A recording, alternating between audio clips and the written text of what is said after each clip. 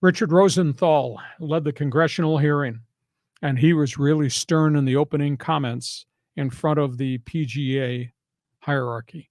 LIV's people did not show up. There was no Greg Norman to answer questions. There was no Saudi investment fund leader to sit there to talk about it.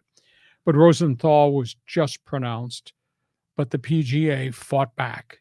After all these political statements were made by the leader of the congressional hearing, the PGA people stepped back and said, the fund has $700 billion in wealth. They were going to bleed us dry in court if we did not do a deal.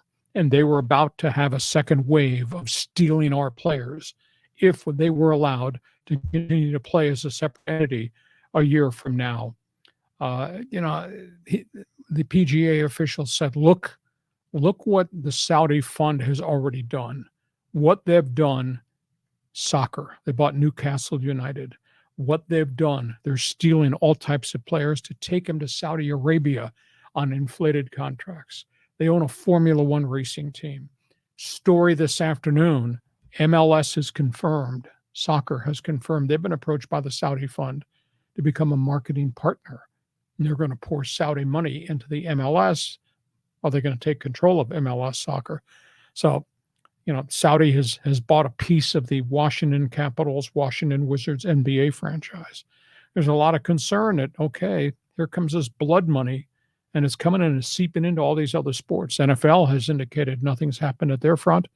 Adam Silver is of the opinion we will not allow them to have a foothold to take over franchises and become a big investor. It's happened only in Washington and the NHL, but it's out there everywhere. They're writing checks and they're spending money, etc. So the discussion was really, really testy. But the PGA pushed back and said, if we did not do this, we might have bled to death. Mm-hmm. And they reminded Rosenthal, by terms of what we have negotiated, we're controlling everything. The PGA flag is going to be not here just in the States and not just for the Grand Slams. It's going to run the European Tour. It's going to run whatever we create in Europe or in Africa and other countries in this relationship with the LIV. And they leaked out information that there is a proposal that there's going to be a mixed gender team aspect to this merger. And the LPGA, which has got enormous money problems and visibility problems, the LPGA is negotiating. They're going to play some mixed gender, quote, team tournaments with the PGA teams and the LIV teams. They're going to play those in Europe, and there'll be a championship round in Saudi Arabia, and there's going to be another championship round in Dubai. So the tentacles of what PGA and LIV are negotiating now has spread to the LPGA Tour. So it's not been solved, but they're forging ahead. Rory McIlroy made the comment yesterday, if they tried to force me to play in a tournament in Saudi Arabia as part of this new agreement, I'd retire.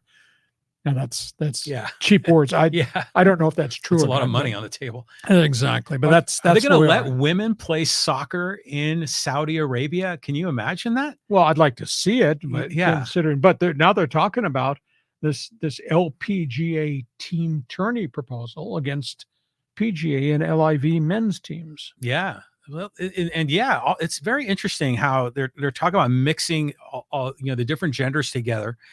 Not speaking about the whole transgender thing, which is separate, but it just because women don't have equal rights in Saudi Arabia. Exactly. But it's a tough call because here America is supposed to stand for freedom, right, and free enterprise and capitalism, but yet maybe they want to block the Saudis from coming around.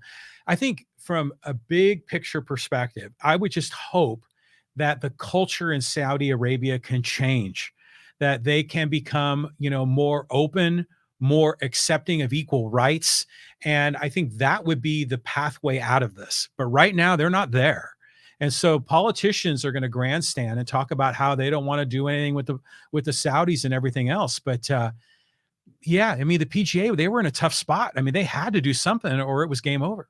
The fact that they got the controlling decision-making as to where they're planting their flags and what the tournaments would look like, to me, means the PGA will succeed, even though there's Saudi money going into the PGA check-in account. And by the way, The LIV just announced they're moving their $50 million championship, which was supposed to be in Saudi Arabia, in Jarrah, I think it is. They're moving it to Miami, to Rao. Donald Trump has no problem taking Saudi money. Of course not. Unbelievable. And it goes on and on and on. Hey, listen, we put